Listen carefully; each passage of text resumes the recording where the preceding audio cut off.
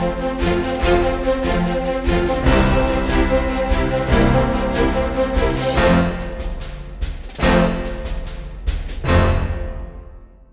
Study IQ IAS Hindi में आप सभी लोगों का बहुत बहुत स्वागत है। मैं हूं वीरत दुबे।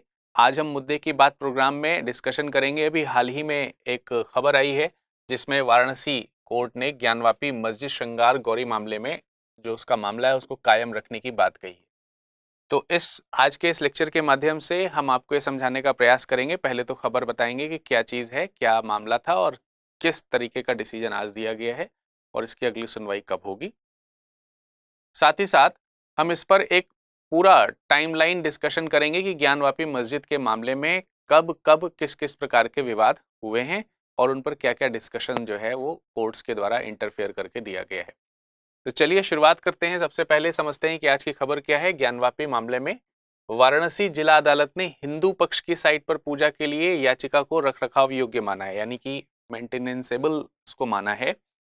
इसको आप ऐसे समझ सकते हैं कि यहाँ पर कुछ याचिकाकर्ता थे जो कि पर्टिकुलर साइट पर अपनी जो पूजा पाठ है उसको करने की एक अपील करी गई थी, जिस पर जो विपक्ष है उसका ये कहना था कि इस तरीके की चीज़ों पर सुनवाई करने का कोई मामला नहीं बनता है, पर जज ने ये कहा है कि अभी इस पर सुनवाई करी जा सकती है।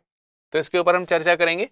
हिंदू पक्ष ने निचली अदालत में दावा किया था। क्या दावा किया था कि मस्जिद के पास में ही, आपको मालूम ही है कि ये काशी विश्वनाथ मंदिर की बात हो रही है और काशी विश्वनाथ मंदिर की जो बात हो रही है इसी के ही परिसर के पास में ज्ञानवापी मस्जिद है, उसी के पास में श्रृंगार गौरी परिसर है। उस परिसर में वीडियोग्राफिक सर्वेक्षण के दौरान एक शिवलिंग मिला था और ये भी इसी साल की एक कह सकते हैं कि एक डिसीजन आया था। तो वो मिला था, लेकिन इस पे जो मुस्लिम पक्ष है उसने इसका विरोध किया है, यानी कि ये बताया है कि ऐसा नहीं हुआ है, यानी कि ये शिवलिंग जिसको कहा जा रहा है वो शिवलिंग नहीं है।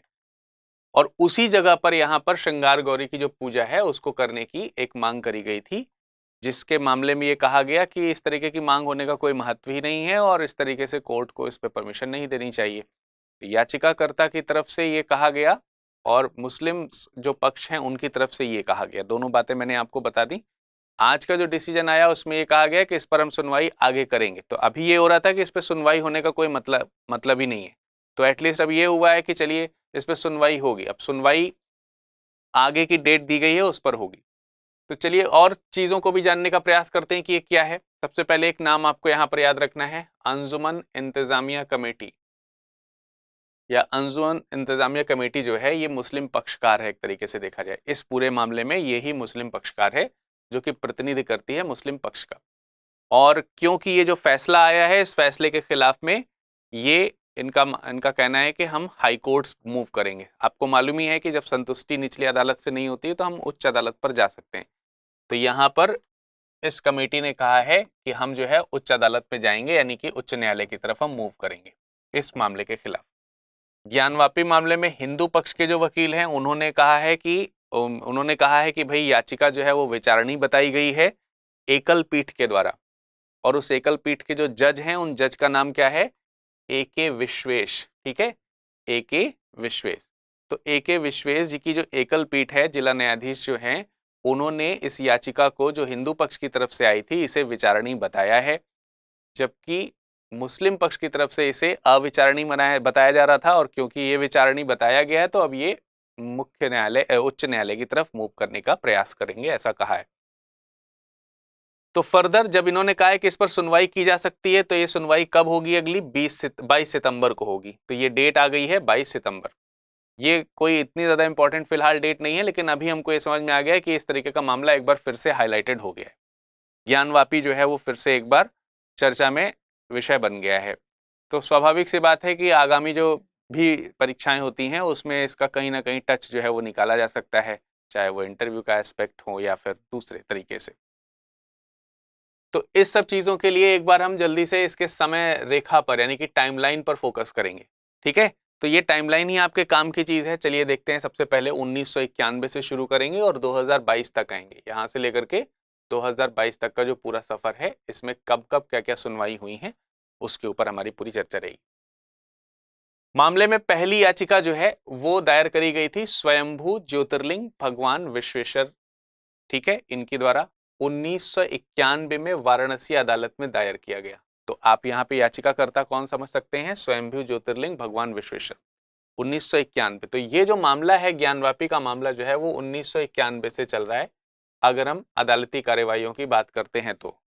और अगर हम वैसे विवाद की बात करते हैं, कॉमनली विवाद की बात करते हैं, तो ये बहुत ही समय पहले का है, 17वीं शताब्दी के आसपास का। तो वहां पर हम लोग चर्चा तक पहुंचेंगे अभी। तो ये जो पिटिशनर ने जब ये पिटीशन दायर करी, यानी कि याचिका दायर करी, तो इस याचिका में कुछ मांगे रखी थी। उस मांग में सबसे महत्वपूर्ण मांग ये थी कि जो ज्ञानवापी परिसर है उसमें पूजा का अधिकार दिया जाए। ज्ञानवापी का जो पूरा परिसर है, उस ज्ञानवापी परिसर का पूरा अधिकार, पूरा जो है वहां पर पूजा करने का अधिकार दिया जाए। इस मांग के अलावा अब ये मुस्लिम पक्षकारों का क्या कहना था कि ये पूजा का अधिकार नहीं दिया जा सकता है क्योंकि यहाँ पर तो मस्जिद है, ठीक है, तो उस पर्टिकुलर एरिया में आपको पूजा करने का अधिकार नहीं दिया जा सकता। ये दोनों तरफ से कहने का मसला हुआ।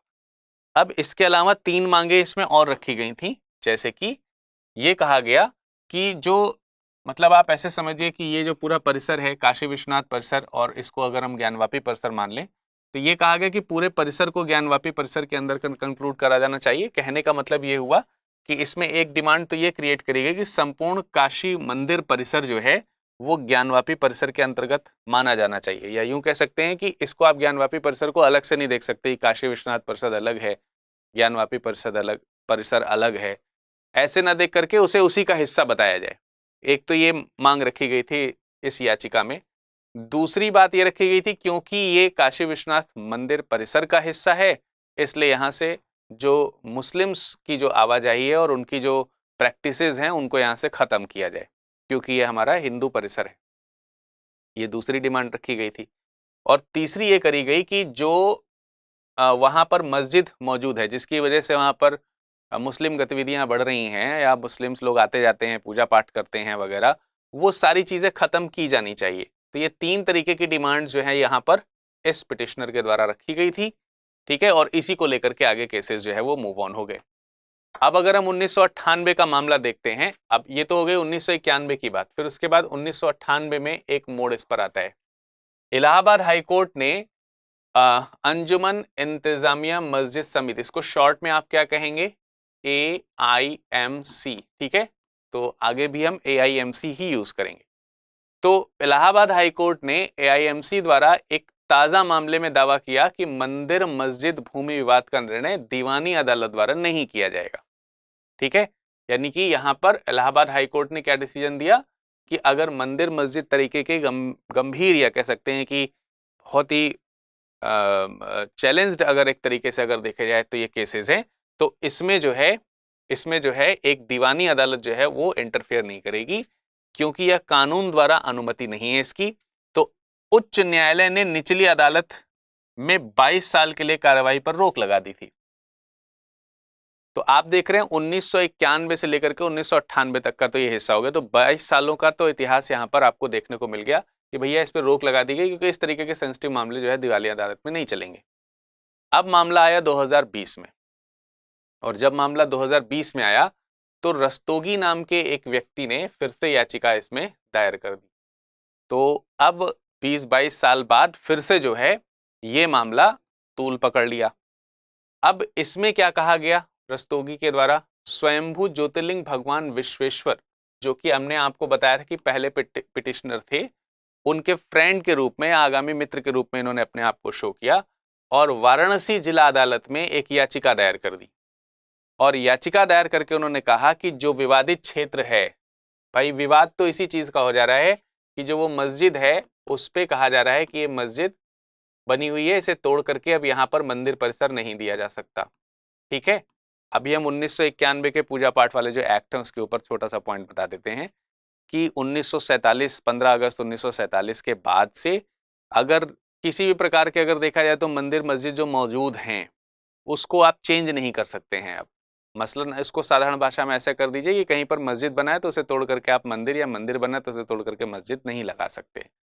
तो इसी चीज का कहीं ना कहीं कह सकते हैं कि ये जो AIMC है वो रेफरेंस दे रहा है कि ऐसा नहीं किया जा सकता है। अब यहाँ पर क्या कहा गया इनके द्वारा कि जो भी विवादित डिस्प्यूटेड एरिया है वो ASI के द्वारा जो है उसका सर्वेक्षण करवाया जाए, आर्कियोलॉजिकल सर्वे के द्वारा। तो पुरातत्व सर्वेक्षण से सर्वेक्षण कराने की मांग जो है इन महोदय ने कर दी, रस्तोगी महोदय ने। अब जब इन महोदय ने ये काम कर दिया तो स्वाभाविक सी बात है कि AIMC जो है यानी कि अंजुमन इंतजामिया मस्जिद समिति जो है उसने इस बात का, इस डिमांड का विरोध किया। बेसिकली विरोध इसी चीज के लिए हो रहा है कि जब भारत की आज़ादी 15 अगस्त 1947 के बाद वहां पर अगर वहां पर मस्जिद मौजूद है तो फिर उसमें सर्वेक्षण कराने क्या, पहले हो या ना हो।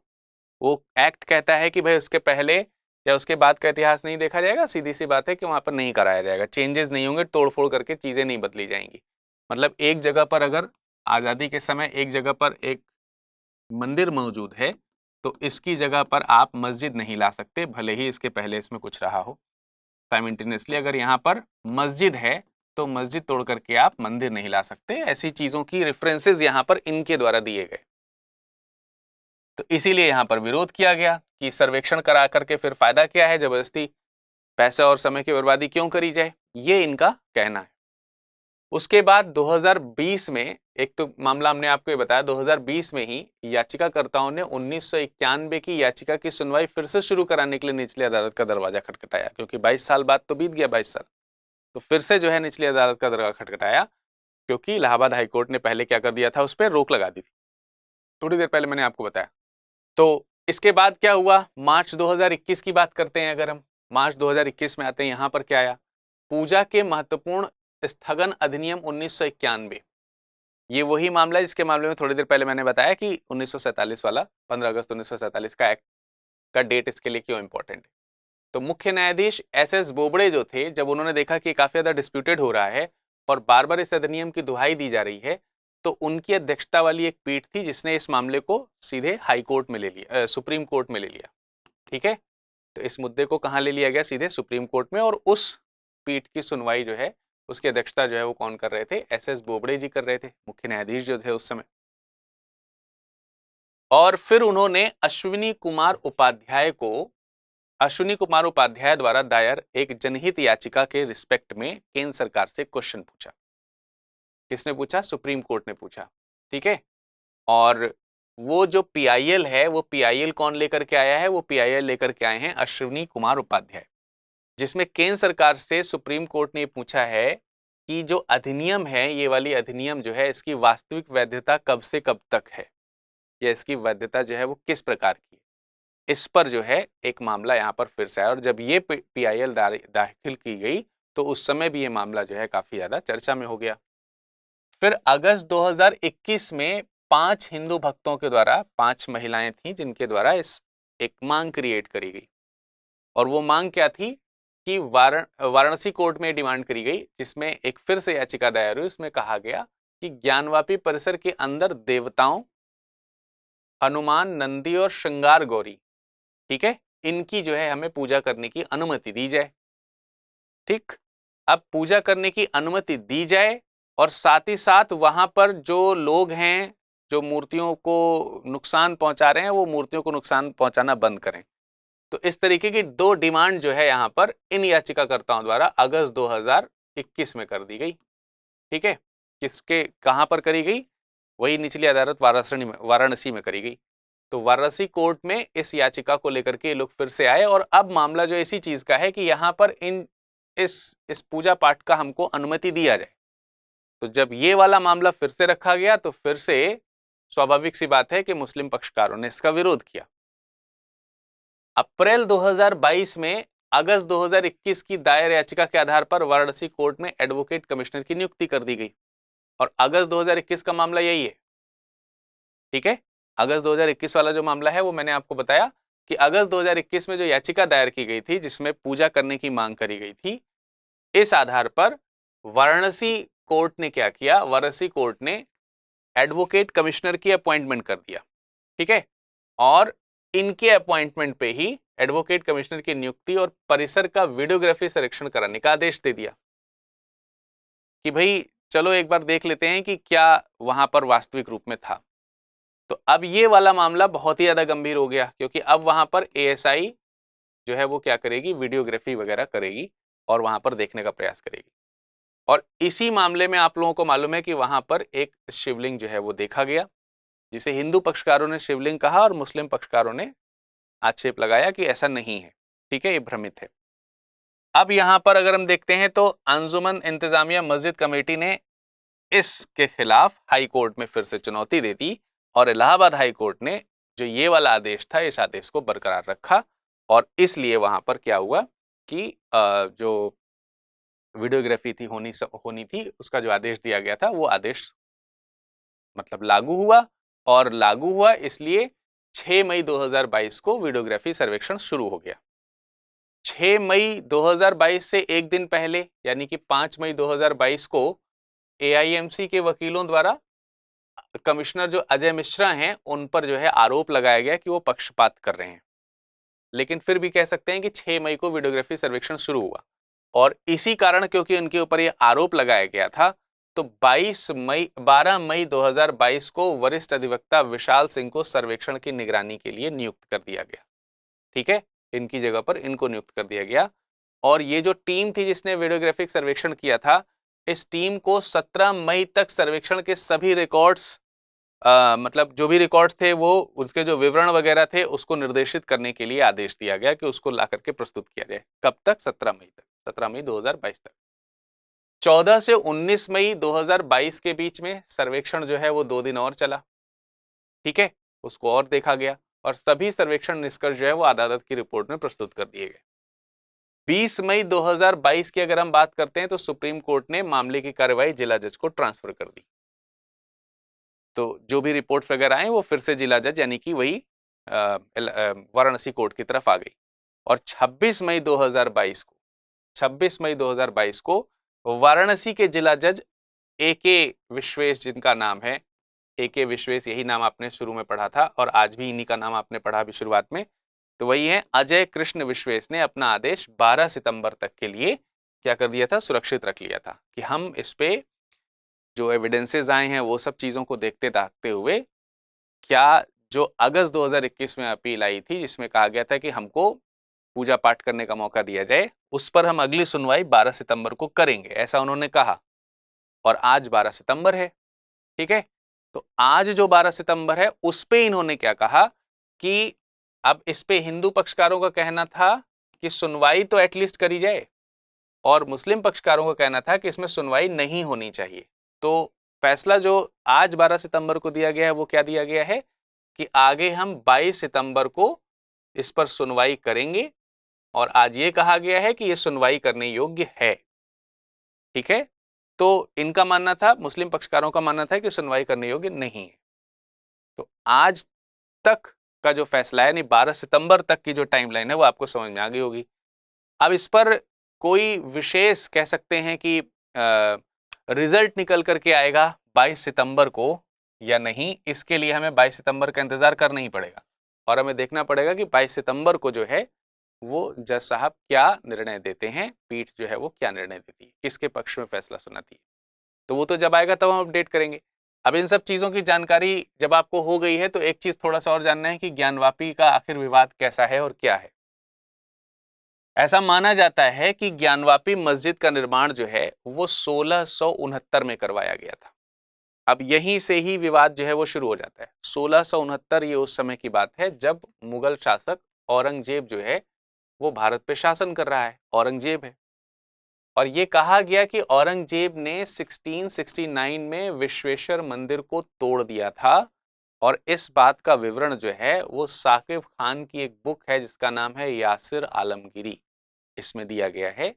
इसमें कहा गया कि जो औरंगजेब का राज्यपाल था, औरंगजेब का जो राज्यपाल था जिसका नाम था अबुल हसन, इसको आदेश दे करके मंदिर को ध्वस्त करा करके उसके ऊपर मस्जिद का निर्माण किया गया था। तो अब आपको समझ में आ गया होगा कि हिंदू पक्षकारों का यह कहना है कि वहां पहले से ही मंदिर था, अब वो मंदिर हमें वापस लौटा दिया जाए। मुस्लिम पक्षकारों का कहना है कि अब वहां मस्जिद है उसे तोड़ करके मंदिर नहीं दिया जा सकता है वगैरह। तो उस पर पूजा पाठ करने की बात अब नहीं आ सकती क्योंकि 1991 का जो एक्ट है वो इसकी अनुमति नहीं देता है। तो अब इस पर किस प्रकार की सुनवाई होगी इसके लिए तो हम लोगों को इंतजार करना पड़ेगा 22 सितंबर तक का। लेकिन आप सब लोगों को मालूम है कि ये इसके बारे में मैंने आपको बताई है अभी, लेकिन आप सब लोगों को मालूम है कि इसका निर्णय देना आसान कार्य नहीं होगा, क्योंकि स्वाभाविक सी बात है, क्योंकि दोनों ही जो कह सकते हैं कि जो धर्म हैं भारत के, बहुत ही खास, बहुत ही महत्वपूर्ण धर्म हैं, और दोनों को संतुलित करके इस पर निर्णय देना किस प्रकार का होगा वो आगे देखा जाएगा। फिलहाल इस लेक्चर में इतना ही। आपके इस पर क्या विचार हैं, क्या मत हैं, आप कमेंट सेक्शन में कमेंट करके शेयर कर सकते हैं। मुलाकात करेंगे इसके निर्णय आने के बाद फिर से इसी लेक्चर पर। तब तक के लिए नमस्कार, धन्यवाद।